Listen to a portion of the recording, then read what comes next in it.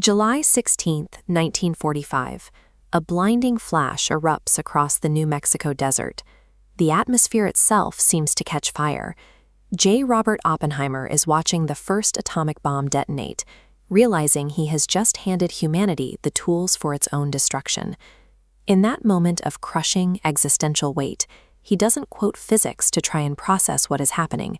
He reaches for a 2,000-year-old Hindu text. To understand why he went looking there, you have to rewind 2 millennia to a dusty plain in ancient India called Kurukshetra. 2 massive armies stand perfectly still, waiting for the signal to slaughter each other.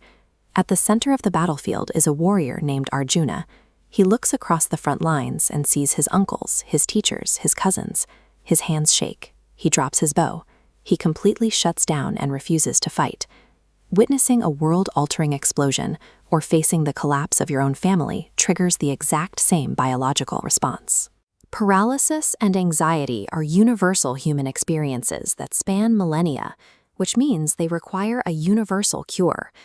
You probably aren't commanding an ancient army or building atomic weapons, but you do know what it feels like to be completely paralyzed by a massive life decision, a sudden career failure, or chronic burnout. Society suggests that a good job, a high salary, and the right status symbols will solve that internal emptiness.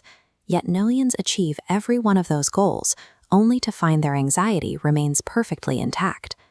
This text you are looking at was built for exactly that moment. This is the Bhagavad Gita, a 700-verse dialogue written specifically for a person trapped in the messy, agonizing middle of a crisis. Forget the idea of a religious rulebook or a list of rituals. This is a cold, pragmatic, philosophical intervention regarding the deepest questions of existence. The Gita provides a functional framework for navigating life at the exact moment you lose your sense of direction.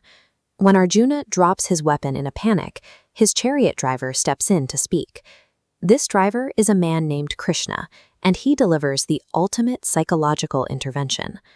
Krishna breaks human psychology into the 3 gunas. These shifting shapes dictate whether you act out of clarity, chaotic ambition, or lethargy. To break Arjuna's paralysis, Krishna prescribes karma yoga. Watch this central action node sever its ties to the outcome, disconnect from the results. You still fight the battle, you still pursue the career, you still build the relationship, but you train yourself to stop caring whether you win, lose, get promoted, or fail. True freedom comes from taking decisive action while remaining internally untouched by the damage of the result. This exact framework is why some of the most hyper-logical minds of the 20th century relied on this text to survive their own intense pressures. Mahatma Gandhi called the text his eternal mother, using its strict principles of detached action to maintain composure while leading a volatile independence movement. Albert Einstein kept a copy on his desk, using its concepts to stretch his imagination past the strict boundaries of conventional science. Steve Jobs leaned heavily on these principles of detachment to survive the brutal, high-stakes chaos of the early technology industry without losing his creative drive. They used the Gita as a precise intellectual tool to execute massive ambitions while remaining entirely untouched by the chaos around them. Kurukshetra is the architecture of your own mind. The ancient war is a mirror for the daily conflict happening behind your eyes.